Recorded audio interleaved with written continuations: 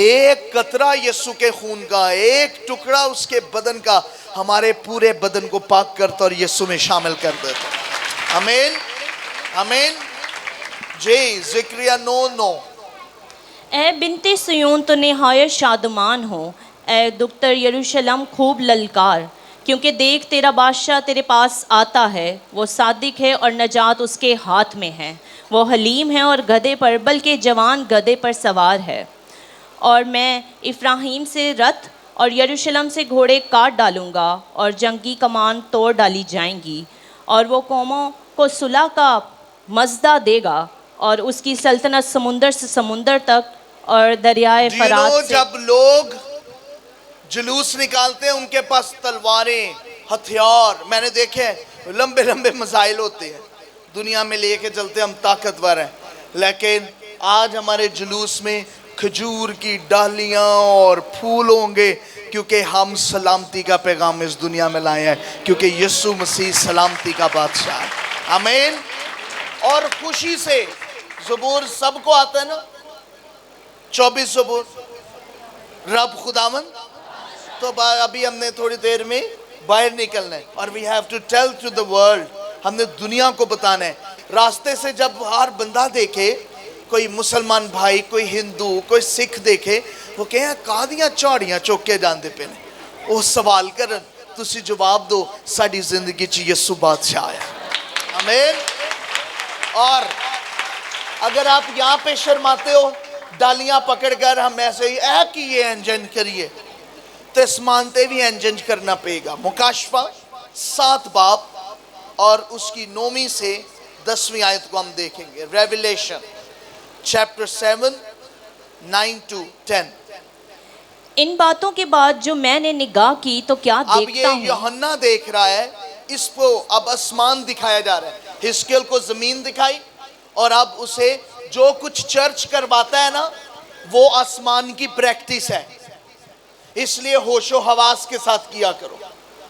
پرستش ہم زمین پہ کرتے ہیں تو آسمان پہ جا کے روٹیاں نہیں تندور پہ لگانی بھنڈی کے سالن کے ساتھ، ادھر بھی پرستش کرنی، ادھر کلام ہے تو اوپر کلمہ ہے، ادھر دعا ہے تو اوپر جواب ہے، ادھر کھجور کی ڈالیاں تو ادھر بھی ہیں۔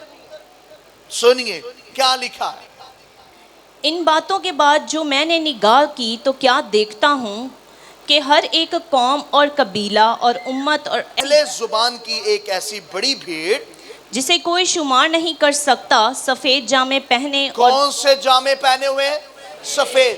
اچھا، اس کا یہ بھی مطلب ہے کہ آپ سفید سوٹ پہنے، لیکن اس کا یہ بھی مطلب ہے، سفید جامے کا مطلب یہاں پر اس کا مطلب یہ ہے، سفید جامے انہوں نے پہنے ہیں جن کو یسوع نے اپنے خون سے دھو دیا، اب ان کے جامے سفید ہو گئے اور کوئی داغ اور گناہ نہیں رہا۔ آمین۔ وہ یسوع کے لہو سے دھل گئے، اس لیے ان کے جامے کون سے ہو گئے؟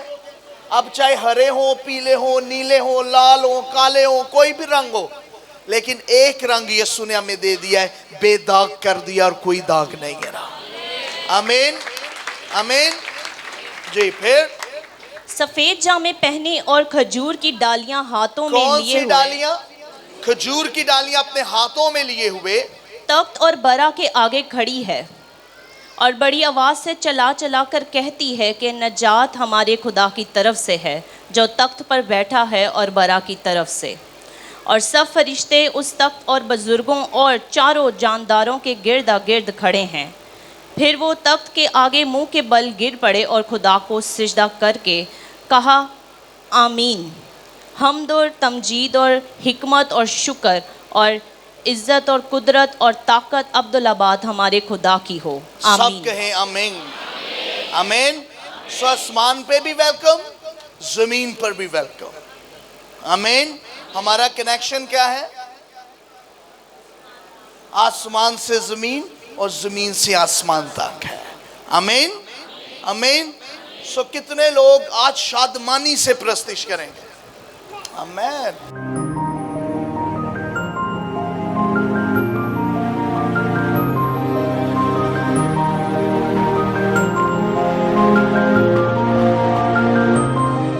You are watching CTN Television of Pakistan. Catch the nations.